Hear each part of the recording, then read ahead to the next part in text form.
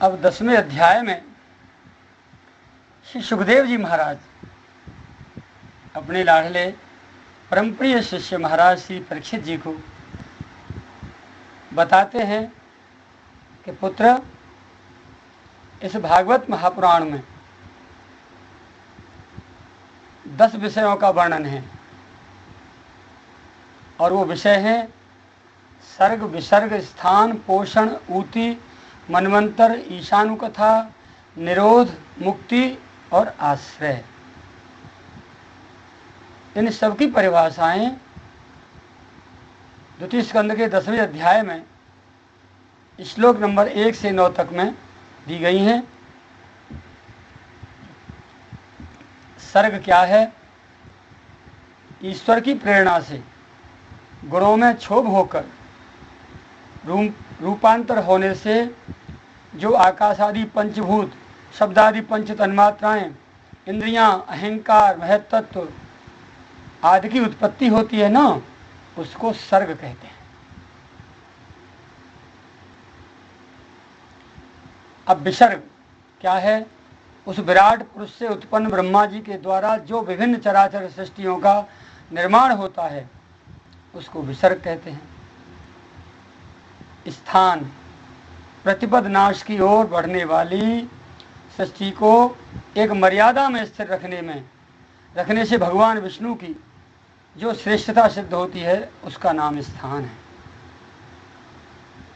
प्रत्येक पद पद पर नाश की ओर बढ़ने वाली सृष्टि को एक मर्यादा में स्थिर रहने से भगवान विष्णु की जो श्रेष्ठता सिद्ध होती है उसको स्थान कहते हैं। पोषण, अपने द्वारा सुरक्षित सृष्टि में भक्तों के ऊपर उनकी जो कृपा होती है उसका नाम पोषण है। ऊति, जीवों की वे वासनाएं जो कर्म के द्वारा उन्हें बंधन में डाल देती हैं उन्हें ऊति कहते हैं। अब मनवंतर, मनवंतरों के अधिपति जो भगवत भक्ति और प्रजा पालन रूप शुद्ध धर्म का अनुष्ठान करते हैं ना, उसे मनवंतर कहते हैं। भगवान के विभिन्न अवतारों और उनके प्रेमी भक्तों की विविध आख्यानों से युक्त कथाएं ईशानुकथा कहलाती हैं। निरोध, जब भगवान योग निद्रा स्वीकार करके शयन करते हैं तब इस जीव का अपनी उपाधियों के साथ उसमें लीन हो जाना निरोध होता है। मुक्ति, अज्ञान कल्पित कर्तृत्व, भोक्तृत्व आदि अनात्म भाव का परित्याग करके अपने वास्तविक स्वरूप परमात्मा में स्थित होना ही मुक्ति है। अब 10वां नंबर है आश्रय। इस चराचर जगत की उत्पत्ति और प्रलय जिसे तत्व से प्रकाशित होती है वो परब्रह्म ही आश्रय कहलाता है। इसके अतिरिक्त 10 और 11वें श्लोक में नारायण शब्द की परिभाषा दी है। पुरुषोंडम विनिर्भिद्य यदासौ स विनिर्गतः आत्मनोऽयं मन्वीच्छन् नोपस्राक्षीच्छुषि शुचिः शुचि आत्मनोऽयं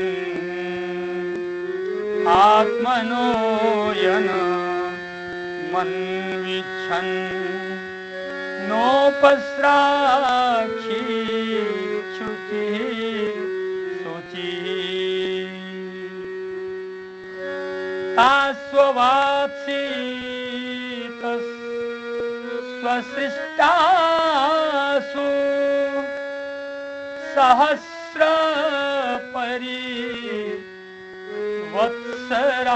परिवत्सरान् तेन नारायणो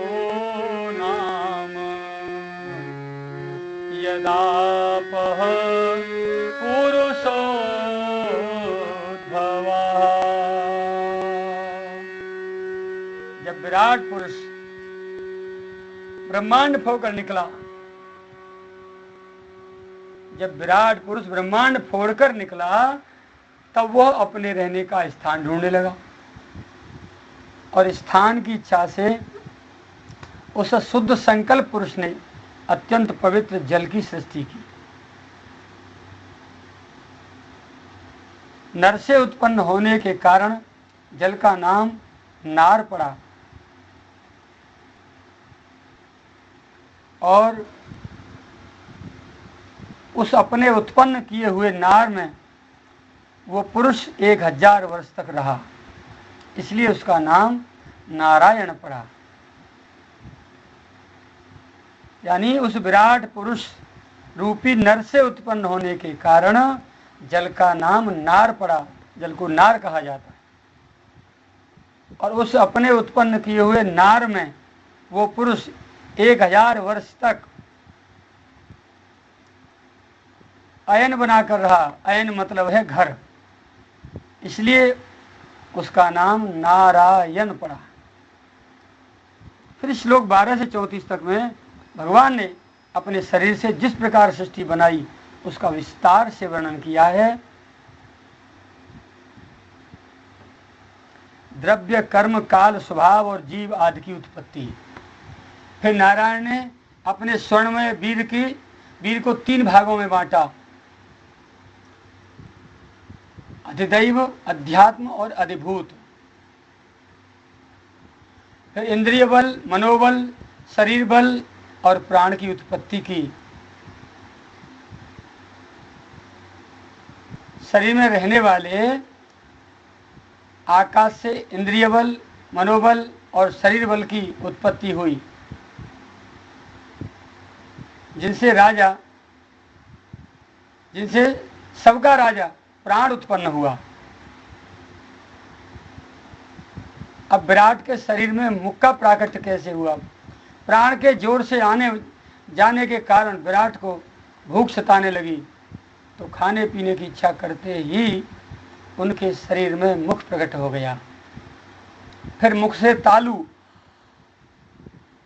तालु से रसनेन्द्रिय, उसके बाद अनेकों प्रकार के रसों की उत्पत्ति हुई। जब उनको बोलने की इच्छा हुई तब वाकेंद्रीय वाणी, उसके अधिष्ठात्र देव अग्नि और उसका विषय बोलना आदि प्रकट हुए। फिर जब उनको सूंघने की इच्छा हुई तब श्वास के तीव्र वेग से नासा छिद्र, नाक, घ्राणेन्द्रिय और उसके देवता वायुदेव प्रकट हो गए। जब उनको कुछ देखने की इच्छा हुई तब नेत्र और उनके देवता सूर्य का प्राकट्य हुआ।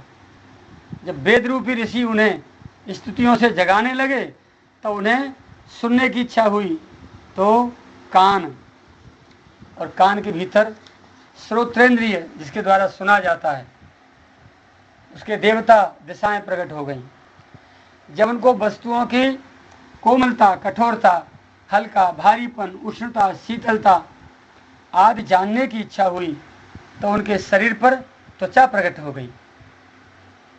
जब उस विराट पुरुष को अनेक प्रकार के कर्म करने की इच्छा हुई तो हाथ, उनके देवता इंद्र और विविध प्रकार के कर्मों का प्राकट्य हुआ। जब उन्हें अपने अभीष्ट स्थान पर आने जाने की इच्छा हुई तो उनके पैर और उनके अधिष्ठात्र देव स्वयं यज्ञ पुरुष भगवान श्री विष्णु जी प्रकट हो गए। अर्थात विष्णु जी उस विराट पुरुष के, उस नारायण के श्री चरणों से प्रकट हुए। फिर संतान, रति और भोग की इच्छा होने पर उनके शरीर से अपने अधिष्ठात्र देव प्रजापति सहित लिंग प्रकट हुआ। जब मल त्याग की इच्छा हुई तब पायु इंद्रिय यानी गुदा और उसके अधिष्ठात्र देवता मित्र सहित गुदा का द्वार प्रकट हुआ। अपान मार्ग द्वारा एक से दूसरे शरीर में जाने की इच्छा होने पर अपान और मृत्युदेव सहित नाभि द्वार प्रकट हुआ। जब विराट को अन्न जल ग्रहण करने की इच्छा हुई तो समुद्र देव सहित कोख, नदियों सहित नाड़ियाँ और तुष्टि पुष्टि आदि का प्राकट्य हुआ। जब उन्होंने अपनी माया पर विचार करना चाहा तो कामना, संकल्प और अपने अधिष्ठात्र देवता चंद्रमा सहित मन की उत्पत्ति हुई। फिर विराट के शरीर में पृथ्वी, जल और तेज से ये 7 धातुएं त्वचा, चर्म, मांस, रुधिर, मेद, मज्जा और अस्थि एवं आकाश, जल और वायु से प्राणों की उत्पत्ति हुई। परीक्षित, मैंने तुम्हें भगवान के इस स्थूल रूप का वर्णन सुनाया। ये बाहर से पृथ्वी, जल, तेज, वायु, आकाश, अहंकार, महत्त्व और प्रकृति, इन 8 आवरणों से घिरा हुआ है। इससे परे भगवान का अत्यंत सूक्ष्म रूप है जो अव्यक्त, निर्विशेष, आदि, मध्य और अंत से रहित एवं नित्य है, जहाँ वाणी और मन की पहुंच नहीं है। भगवान के ये स्थूल और सूक्ष्म दोनों ही रूप माया से रचित हैं, इसलिए विद्वान पुरुष इनको स्वीकार नहीं करते। वास्तव में भगवान निष्क्रिय हैं, अपनी शक्ति से ही सक्रिय बनते हैं। ब्रह्मा या विराट रूप लेकर वाच्य और वाचक शब्द और उसके अर्थ के रूप में प्रकट होकर अनेकों नाम, रूप एवं क्रियाएं स्वीकार करते हैं। परीक्षित, प्रजापति, मनु, देवता, ऋषि, पितर, सिद्ध, चारण, गंधर्व, विद्याधर, असुर, यक्ष, किन्नर, अप्सराएं, नाग, सर्प, किम पुरुष, उरग, मातृकाएं, राक्षस, पिशाच, प्रेत, भूत, विनायक, कूष्मांड, उन्माद, बेताल, यातुधान, गृह, पक्षी, मृग, पशु, वृक्ष, पर्वत, सरीसृप आदि जितने भी संसार में नाम रूप हैं सब भगवान के ही हैं। संसार में चर अचर भेद से 2 प्रकार के और जरायु, अंडज, स्वेदज एवं उद्भिज भेद से 4 प्रकार के जितने भी जलचर, थलचर, नवचर प्राणी हैं, सबके सब शुभाशुभ और मिश्रित कर्मों के फल हैं। सत्व की प्रधानता से देवता, रजोगुण की प्रधानता से मनुष्य और तमोगुण की प्रधानता से नारकीय योनियों की प्राप्ति होती है। जब सत्वगुण अधिक होता है तो व्यक्ति देवता बनता है, रजोगुण अधिक होता है तो मनुष्य बनता है, तमोगुण अधिक होता है तो नारकीय योनियों में, असुरादि योनि में जन्म लेना होता है। वे भगवान जगत के धारण पोषण के लिए धर्ममय विष्णु रूप स्वीकार करके देवता, मनुष्य, पशु, पक्षियों के रूप में अवतार लेते हैं तथा विश्व का पालन पोषण करते हैं।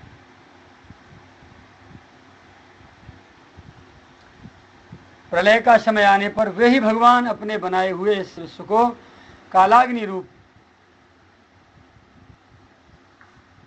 रुद्र का रूप धारण करके अपने में वैसे ही लीन कर लेते हैं जैसे वायु मेघमाला को। परीक्षित, ये मैंने ब्रह्मा जी के महाकल्प का अवान्तर कल्पों के साथ वर्णन किया है। सब कल्पों में सृष्टि क्रम एक जैसा ही है। अंतर है तो केवल इतना ही कि महाकल्प के प्रारंभ में प्रकृति से क्रमशः महतत्वादि की उत्पत्ति होती है और कल्पों के प्रारंभ में प्राकृत सृष्टि तो ज्यों की त्यों ही रहती है। चराचर प्राणियों की वैकृत सृष्टि नवीन रूप से होती है।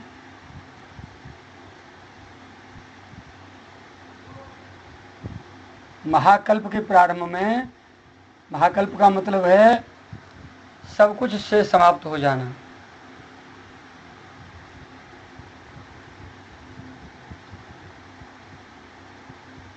और फिर महाकल्प होता है।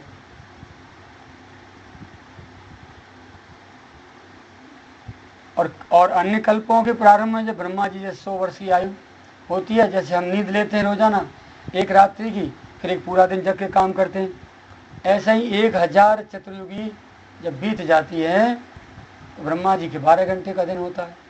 फिर 1000 कल्प की, चतुर्युगी की एक रात्रि होती है, यानी एक कल्प की रात्रि, एक कल्प का दिन। तो ये जो ऐसे कल्प है ना, यानी ब्रह्मा जी की रात्रि दिन वाले, उनके प्रारंभ में प्रकृति सृष्टि तो ज्यों की तो रहती है, प्राकृतिक सृष्टि तो वो नष्ट नहीं होती। चराचर प्राणियों की वैकृत सृष्टि नवीन रूप से करते हैं ब्रह्मा जी के,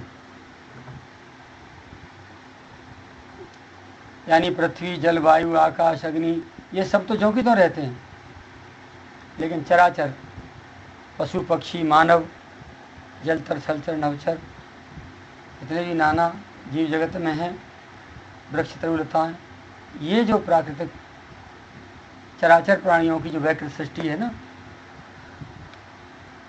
ये नई होती है। बाकी पृथ्वी, जल, आकाश, वायु उस अन्य कल्पों में ऐसे ही रहते हैं, वो नहीं मिटते। महाकल्प में ये सब समाप्त हो जाते हैं।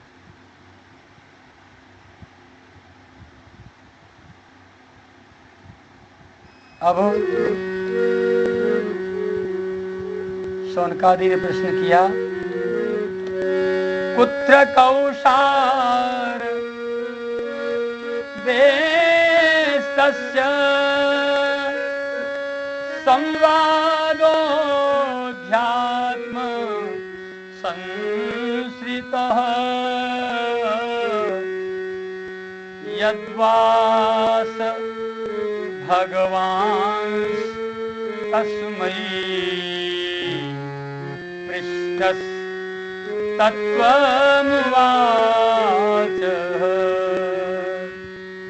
ब्रूहि नस्तविदं सौम्य विदुरस्य विचेष्टितम्।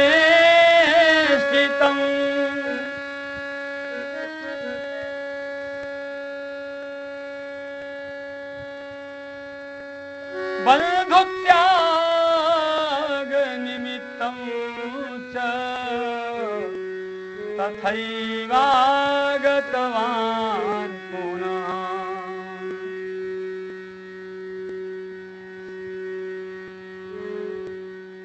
ब्रूहि नस्तदिदं सौम्य विदुरस्य विचेष्टिम् बन्धुत्याग निमित्तं च तथैवागतवान् पुनः। अंत में श्लोक 48 से 50 तक में शौनकादि ऋषियों ने श्री सूत जी से विदुर जी के विषय में पूछा है कि उनके महाभारत के प्रारंभ से पूर्व ही, उन्होंने महाभारत के प्रारंभ से पूर्व ही अपना सुख समृद्धियों से भरा पूरा घर छोड़कर किन किन तीर्थों की यात्रा की, और उद्धव जी और मैत्रेय जी से मिलकर किस प्रकार भक्ति और ज्ञान की चर्चा की, और फिर क्यों लौटकर पुनः हस्तिनापुर अपने घर वापस चले आए, ये शौनकादिक ने पूछा है। तो उत्तर में सूत जी बोले कि ऋषियों, राजा परीक्षित के पूछने पर इसी प्रश्न के उत्तर में श्री सुखदेव जी ने जो कुछ कहा वही मैं अब तुम्हें सुनाता हूँ, सावधान होकर सुनो।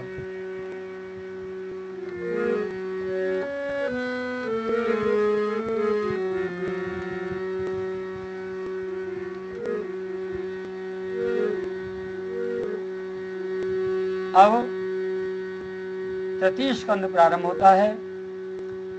श्री उद्धव जी और विदुर जी की भेंट का प्रसंग शुभारंभ होगा। तृतीय स्कंद के प्रथम अध्याय के 25वें श्लोक में उद्धव जी से विदुर जी की भेंट हुई है, और उससे आगे बारी बारी से सभी की कुशल समाचार का कथनोपकथन है। पुत्र छत्तुर भगवता मैत्रेयेण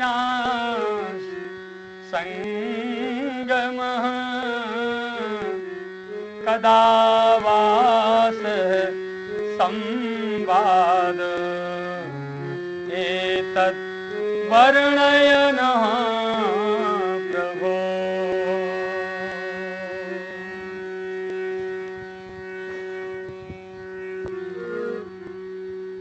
राजा ने सुखदेव जी से प्रश्न पूछा कि प्रभु, ये तो बताइए कि भगवान मैत्रेय जी के साथ विदुर जी का समागम कैसे हुआ, कहाँ हुआ और कब हुआ, तथा उन्होंने उनसे क्या प्रश्न पूछे जो आप हमें कृपा करके सुनाइए।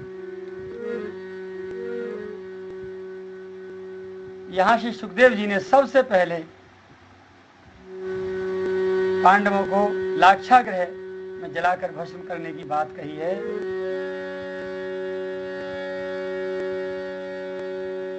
यदा तु राजा स्वसुतान साधून् पुष्णन् धर्मेण विनष्टदृष्टिः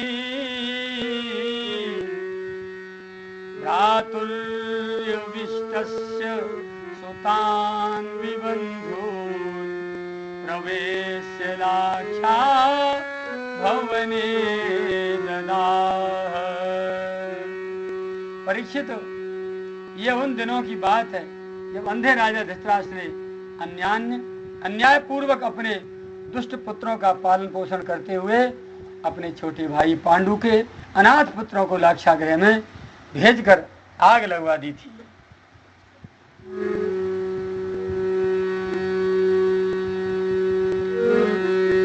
और दूसरी बात, यदा सभायां कुरुदेव देव्याः केशाभिमर्शं सुतकर्म गर्ह्यम् न वारयामास निपः श्रुषायाः स्वाश्रयैर्हरन्त्या कुचकुङ्कुमानि। जब उनकी पुत्रवधू महाराज युधिष्ठिर की पटरानी द्रौपदी के केस दुशासन ने भरी सभा में खींचे, उस समय उनकी आंखों में आंसुओं की धारा के प्रवाह से उनके वक्षस्थल पर लगा हुआ केसर भी बहा जा रहा था। किंतु धृतराष्ट्र ने अपने पुत्र को उस कुकर्म से रोका नहीं था। विदुर जी ने धृतराष्ट्र से कहा था उस समय कि आपको पता नहीं, भगवान श्री कृष्ण ने पांडवों को अपना लिया है। वे यदुवीरों के आराध्य देव इस समय अपनी राजधानी द्वारकापुरी में विराजमान है। उन्होंने पृथ्वी के सभी बड़े बड़े राजाओं को अपने अधीन कर लिया है तथा ब्राह्मण और देवता भी उन्हीं के पक्ष में हैं। जिसे आप पुत्र मानकर पाल रहे हैं ना, और जिसकी हाँ में हाँ मिलाते जा रहे हैं, उस दुर्योधन के रूप में तो मूर्तिमान दोष ही आपके घर में घुसा बैठा है। ये तो साक्षात भगवान श्री कृष्ण से ही द्वेष करने वाला है। इसी के कारण आप भगवान से विमुख होकर श्रीहीन होते जा रहे हैं। अब यदि आप अपने कुल की कुशल चाहते हैं तो इस दुष्ट को तुरंत ही त्याग दीजिए। विदुर जी की बात सुनकर कर्ण, दुशासन, शकुनी और दुर्योधन ने उनको दासी पुत्र कहकर अपमानित करके नगर से निकाल देने की बात कही तो विदुर जी अपना धनुष द्वार पर रखकर स्वयं ही वहां से निकल गए। विदुर जी अवधूत वेश में भारत के तीर्थों में साधारण वेश में सादा भोजन और भूमि पर शयन करते हुए भ्रमण करने लगे।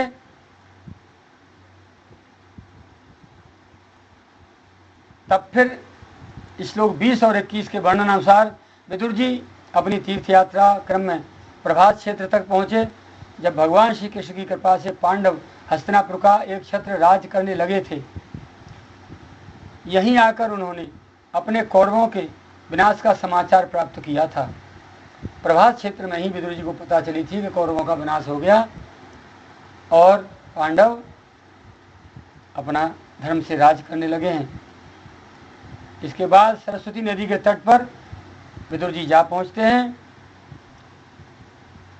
श्लोक 22 से 25 तक के अनुसार विदुर जी सरस्वती नदी के तटवासी संतों से मिलकर अनेकों तीर्थों का दर्शन करते हुए जब यमुना तट पर धारे तो वहां उन्हें उद्धव जी मिल जाते हैं। जब वे भगवान की आज्ञा से बद्रिकाश्रम जा रहे थे, उनका गाढ़ आलिंगन करके उनसे अपने भगवान श्री कृष्ण और स्वजनों की कुशल समाचार पूछते हैं।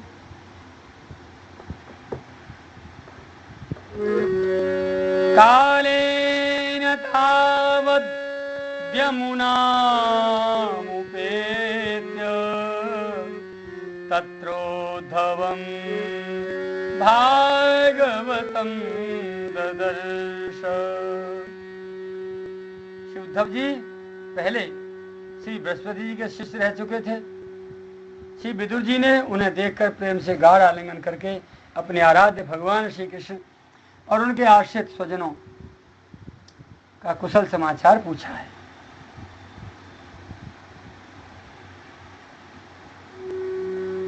श्लोक 26 में भगवान श्री कृष्ण की, 27 में वसुदेव जी की, 28 में प्रद्युम्न की, 29 में उग्रसेन की, 30 में कार्तिकेय अवतारी शाम्ब की, 31 में सात्यकी, 32 में अक्रूर की, 33 में देव की माता की, 34 में अनिरुद्ध की, 35 में हृदय, चारुदेश और गद आदि भगवान के अन्य पुत्रों की कुशलता पूछी है। श्लोक 36 में युधिष्ठिर जी के, 37 में भीमसेन जी के, 38 में अर्जुन की, 39 में नकुल सहदेव की, 40 में माता कुंती, 41 में धृतराष्ट्र, 42 में अपनी कुशलता बताई और 43 में भगवान श्री कृष्ण द्वारा समस्त राजाओं के उद्धार की बात कही है। श्लोक 44 में और 45 में भगवान श्री कृष्ण की महिमा का गान करते हुए उद्धव जी से अपने प्रभु की पवित्र कीर्ति सुनाने की प्रार्थना कर रहे हैं विदुर जी। अजस्य जन्मोत्पथनाशनाय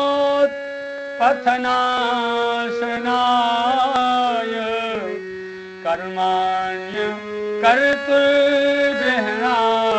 पुंसां नन्वन्यथा कोर्हति देहयोगं परो गुणानामुत कर्म तंत्रम्। हे उद्धव जी, भगवान श्री कृष्ण जन्म और कर्म से रहते हैं, फिर भी दुष्टों का नाश और भक्तों को अपनी ओर आकर्षित करने के लिए उनके दिव्य जन्म कर्म हुआ करते हैं। नहीं तो भगवान की तो बात ही क्या, दूसरे लोग जो गुणों से पार हो गए हैं ना, उनमें भी ऐसा कौन है जो इस कर्माधीन देह के बंधन में पड़ना चाहेगा। अतः मित्र, जिन्होंने अजन्मा होकर भी अपनी शरण में आए हुए समस्त लोकपाल और अपने आज्ञाकारी भक्तों का प्रिय करने के लिए ही यदुकुल में जन्म लिया है, उन पवित्र कीर्ति श्री हरि की बात अब आप हमको सुनाइए।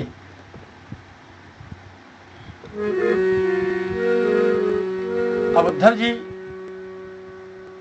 वहीं बैठ जाते हैं, विदुर जी बैठ जाते हैं, दोनों बाल सखा अपनी बात करते हैं और उद्धव जी भगवान की पहले बाल लीलाओं का वर्णन करते हैं।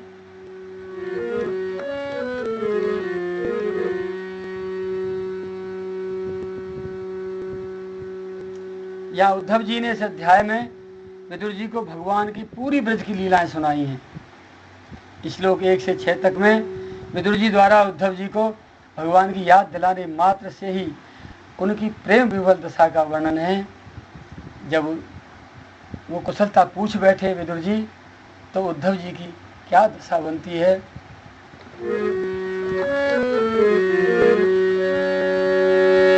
इति भागवतः पृष्ठ छत्रावातां प्रिया श्रया प्रतिवक्तुं न चोत्सेह औत्कण्ठ्यात् स्मारिते स्वर।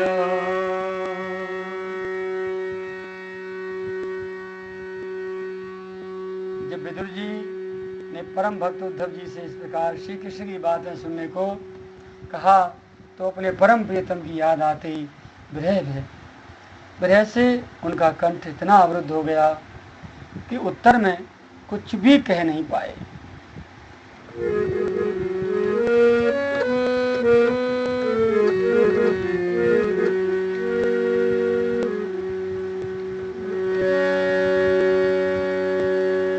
उद्धव जी जब 5 वर्ष के थे ना, तब बालकों की तरह खेल में ही श्री कृष्ण की मूर्ति बनाकर उनकी सेवा पूजा में ऐसे तन्मय हो जाते थे कि कलेवा के लिए माता बुलाने पर भी माता के बुलाने पर भी उसे छोड़कर जाना स्वीकार नहीं करते थे। श्री विदुर जी द्वारा याद दिलाने से श्री उद्धव जी की क्या बृहद दशा होती है। सकथं सेवया कस्य कालेन जरसंगतः पृष्ठो वार्तां प्रतिब्रूयात् भर्तुः पादावनुस्मरन्।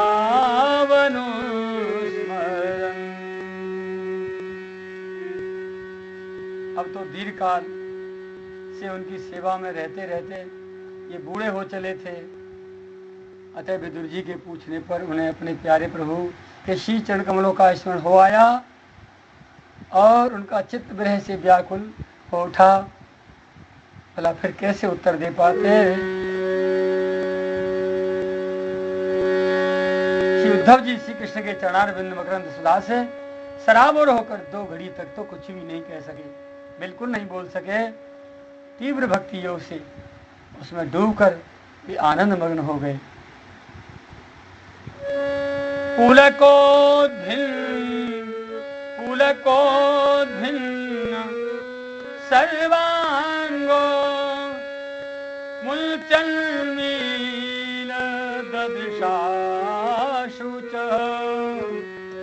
मुलचन्मील ददृशाशु च पूर्णार्थो लक्षितस्तेन स्नेह प्रसरसंप्लुत शनकैर्भगवल्लोकान् त्रिलोकं पुनरागतः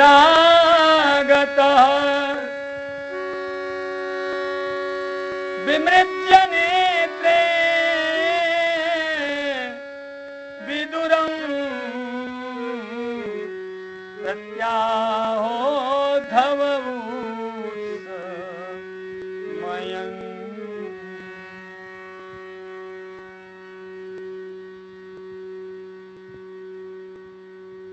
उनके सारे शरीर में रोमांच हो आया। मुदे हुए नेत्रों से प्रेम के आंसुओं की धारा बहने लगी। उद्धव जी को इस प्रकार प्रेम प्रवाह में डूबे हुए देखकर विदुर जी ने उन्हें कृतकृत्य माना। कुछ समय बाद जब उद्धव जी भगवान के प्रेम धाम से उतरकर पुनः धीरे धीरे संसार में आए, तब अपने नेत्रों को पहुंचकर भगवत लीलाओं का स्मरण हो आने से विस्मित होकर विदुर जी से इस प्रकार कहने लगे।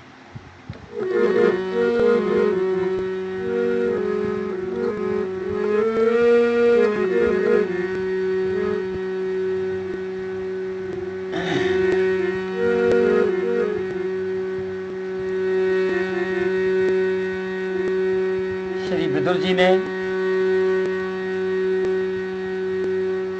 पूछा है, पहले वो बताऊं। हिंदी काव्य में कुछ रचनाएं की है, सुनकर सुख मिलेगा, ऐसी भावना से पुनः पुनरावृत्ति कर रहा हूं। विदुर जी ने क्या पूछा, क्या कहा। हे कान्हा के प्रिय सखा उद्धव चतुर सुजान, अपने प्राण आधार पे प्यारे कीजे चरित बखान। श्री कृष्ण के जन्म सो लेके महाप्रयाण, प्रेम विरह रस सो भरी प्यारे लीला करिए गान। मेरे तन मन प्राण सब प्यासे हैं घन घोर, धन धन की जय मोहि अब भक्ति प्रेम रस बोल। की बात सुनकर और विदुर जी की बात सुनकर श्री उद्धव जी बोलते हैं, अरे सुनत विदुर के वचन तब हिय में उठी हिलोर। क्या दशा होती है, उफनी उफनी के नैन ते बरसी परे घन घोर। भयो कंठ अवरुद्ध तब मुख ते करेन बेन। विरह सिंधु मरो हिये भयो रोम रोम बेचे। हरि द्वे घड़ी बंद भई बानी नैनन ते बरसे पानी। तेरी द्वे घड़ी बंद भई बानी नैनन ते बरसे पानी। छायो तन रोमांच हृदय में याद श्याम की आई है। डूबे प्रेम समुद्र विरह की ज्वाला रही सताई है।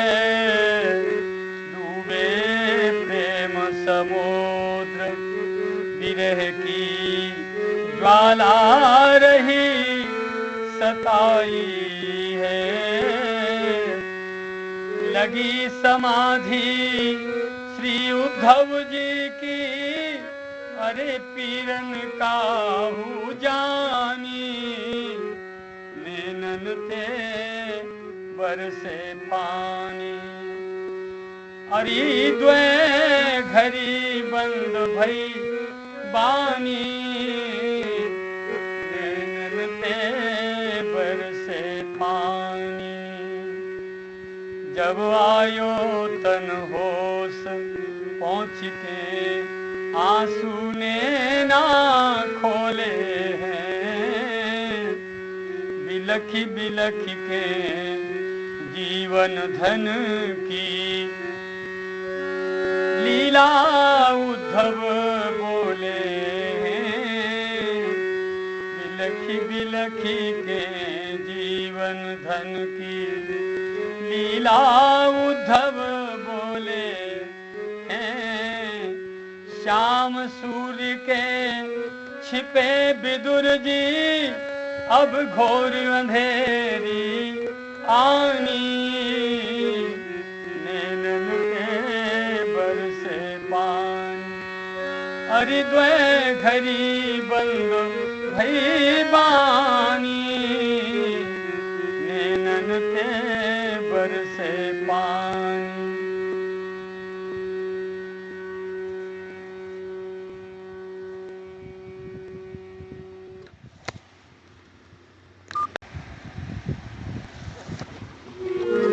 अरे मानुष लोक है भयो अभागो।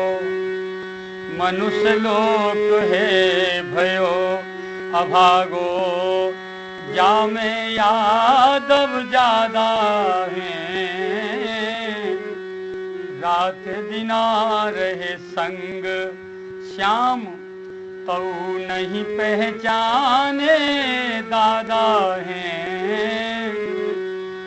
जैसे अमृत भरो चंद्रमा सिंधुन मछली जानी।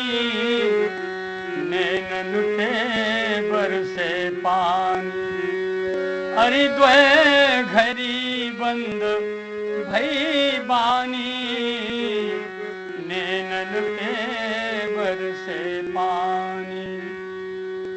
जिनने देखी रूप माधुरी राजसूय में उनकी है। हास्य विनोद प्रेम जुत चितवन ब्रजबाला भई जिनकी है।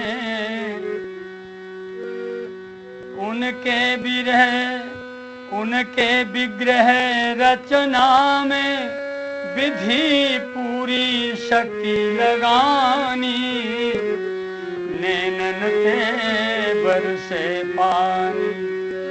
हरिद्वय घरी बंद भई बानी, नैनन ते बरसे पानी। विप्र साधु सुर संत अकारण असुर न जब ही सताए हैं। ज्यों अग्नि लकड़ी ते त्यों बलराम सहित हरि आए हैं। नख सिख रूप सजे आभूषण, मोहित भय मुनि ज्ञानी, नैनन ते बरसे पानी। हरिद्वय घरी बंद भई बानी, नैनन ते बरसे पानी। कारागार कंस ने डारे, श्री वसुदेव देव की है। प्रगट भय हरि चरणों वंदना, बोले कृष्ण विवेकी है। प्रगट भय हरि चरणों वंदना, बोले कृष्ण विवेकी है। सेवा नहीं कर सको आपकी देव क्षमा वरदानी, नैनन ते बरसे पानी। हरिद्वय घरी बंद भई बानी, नैनन ते बरसे पानी। विदुर जी, क्या बताऊं आपको उन अपने प्राण प्रियतम की लीला के विषय में।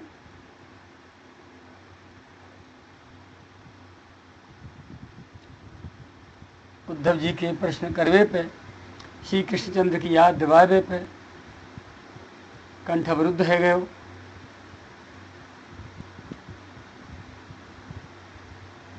और बोल नहीं सके। 2 घड़ी तक तो एकदम वाणी बंद ही है गई मानो, और अविरल अश्रुधारा दोनों अखियांते बरसने लगी।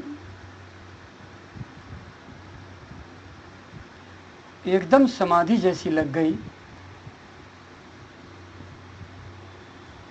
जब होश आयो तो आंसू पहुँच के श्री उद्धव जी ने अपने नेत्र खोले और बिलख बिलख के अपने प्रियतम की लीलान को गायन करवे लगे। बोले, विदुर जी, मैं कहा बताऊं, अब तो ऐसा लग रहा हो मानो कि श्री कृष्णचंद्र रूपी सूर्य के छिप जावे पे मानो यह संसार में कलिब रूपी घोर अंधेरी रात्रि आ गई हो। ये भारत भूमि भूलोक मानो अभागो है गए हो, और याऊ में यादव लोग ज्यादा अभागे भय हैं, क्योंकि रात दिन जिनके संग रहे ये उनको पहचान नहीं सके अपने दादान को। ये सब नाती पंथी बेटा पोते बेटा मेरे श्याम सखा को पहचान नहीं सके। कैसो दुर्भाग्य रहे इनको, उनके स्वजन उनके परिवारीजन है के हूं, ये लोग उनको पहचान नहीं सके। जैसे अमृत भयो चंद्रमा, समुद्र में ते प्रकट भयो, समुद्र में डूबे रहो, और वहां की मछली वह खारी पानी को ही पीमती रही समुद्र के को। अमृत को एक बूंद ग्रहण नहीं कर सकी चंद्रमा पे थे। राजसूय में महाराज श्री युधिष्ठिर के राजसूय में और उग्रसेन जी के राजसूय यज्ञ में जिन जिन लोगों ने उनकी रूप माधुरी को दर्शन करो, उनकी हंसी, उनको विनोद, उनको प्रेमालाप,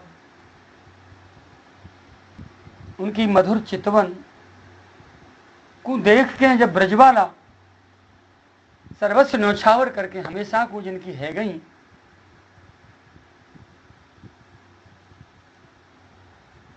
कितनो सौंदर्य, नक्सिक सौंदर्य,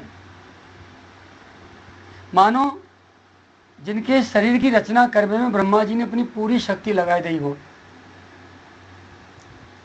उन प्रियतम के रात दिन साथ रहवे पे भोरी भारी ब्रजवाला अपनी है गई, उनकी जन्म जन्म को समर्पित है गई, और नाती पोती बेटा सब पहचान नहीं सके। जब जब यह धरातल पर दुष्टन ने, असुरन ने, विप्र साधु संत महात्मा देवता अकारण जब जब सताए, तब तब जैसे अग्नि में तो लकड़ी, जैसे लकड़ी में से अग्नि तत्काल प्रकट है जाए ना, विधि थी, वैसे ही ठाकुर वहां ही वहां जहां जहां विप्र साधु सुसंत देवताओं पे आपत्ति आई, तत्काल प्रकट है कि उनकी आपत्ति को दूर करते आए। जिनके नक्सिक रूप माधुरी सजे हुए आभूषण को देख देख के बड़े बड़े ऋषि मुनि ज्ञानी भी मोहित है गए। मैं कहा बताऊं उन प्यारे की माधुरी इतनी जबरदस्त कि पूछो ना। जब उनके पिता माता श्री वसुदेव देव की कारागार में डाल दिए कंस ने, जब ठाकुर प्रकट भये, उनकी चरण वंदना करी माता पिता ने, और ब्रज को भेज दिए। वे ही अंतर्यामी, अकारण करुणा वर्णालय, अजन्मा अगोचर, पूर्ण पुरुषोत्तम नारायण परमात्मा अपने माता पिता से कह रहे हैं,